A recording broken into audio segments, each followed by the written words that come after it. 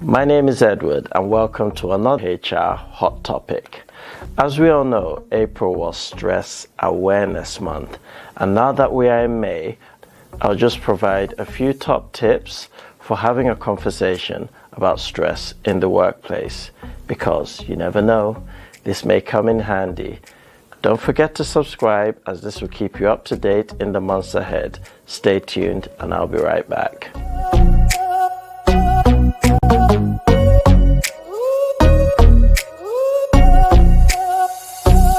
So let's start with the following stress awareness conversation top tips.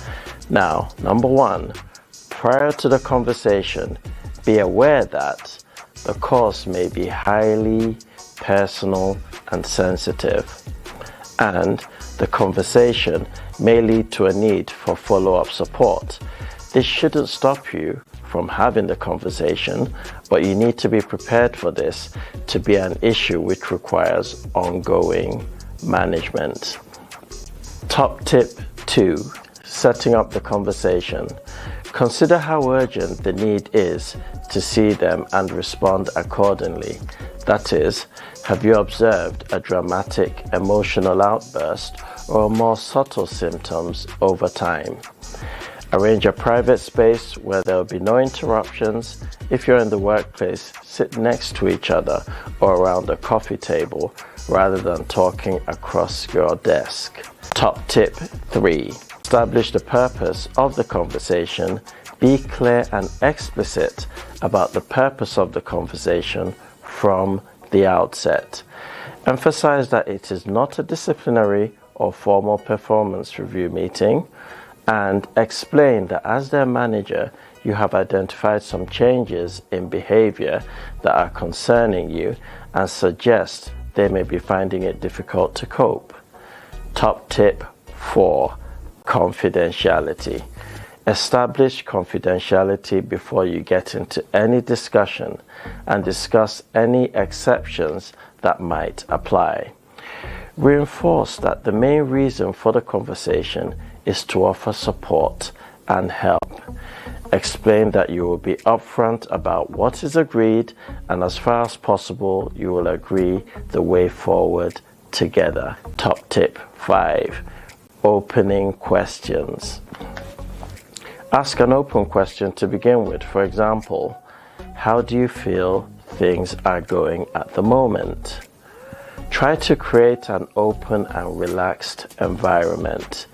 These are very, very, very, very important. Now, top tip 6. If they say nothing or don't want to talk about it, make a concerted effort to encourage them to open up, but don't push too hard. Use your judgment. Explain that whatever is going on needs to be addressed as it's affecting their work behavior and/or work. Top tip 7. If they think everything is going fine, start to feedback the specific behaviors you have seen and ask for their interpretation without being confrontational. Be open to the fact that it may have been a short-term issue and there's actually no need for intervention, but agree to monitor the situation. Top tip 8. If they get angry or emotional, don't be afraid to let them get it out of their system. It's only natural that they do so. Explain that you're here to help whenever they're ready to talk. You may need to schedule another time to talk if they're not ready now, but don't use this option too readily. Top tip 9. Feedback your observations. Start to feedback what you have seen behaviorally and why it's concerning you. Refer to specific recent behavioral examples. Stick to the facts rather than your opinion and perspective. For example, I saw you behaving like this, which isn't typical for you. Avoid vague statements like, you're just not yourself at the moment.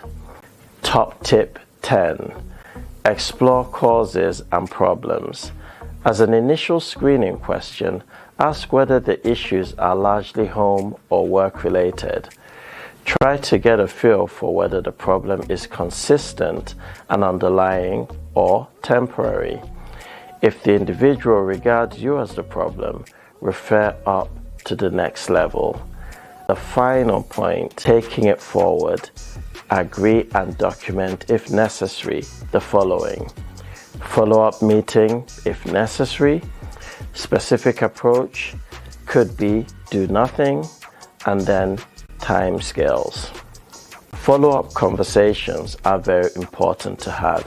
Aim to have these follow-up conversations with the individual soon after, ideally within 1 month, to check any progress made. Review progress against the agreed approach.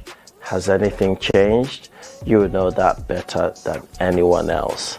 So as a line manager, hopefully you found these tips very, very important and you may utilize some of them. And this brings us to the end of this hot topic video. If you want to see the full blog of this top tips, then head over to our blog section on our website. Thank you for watching.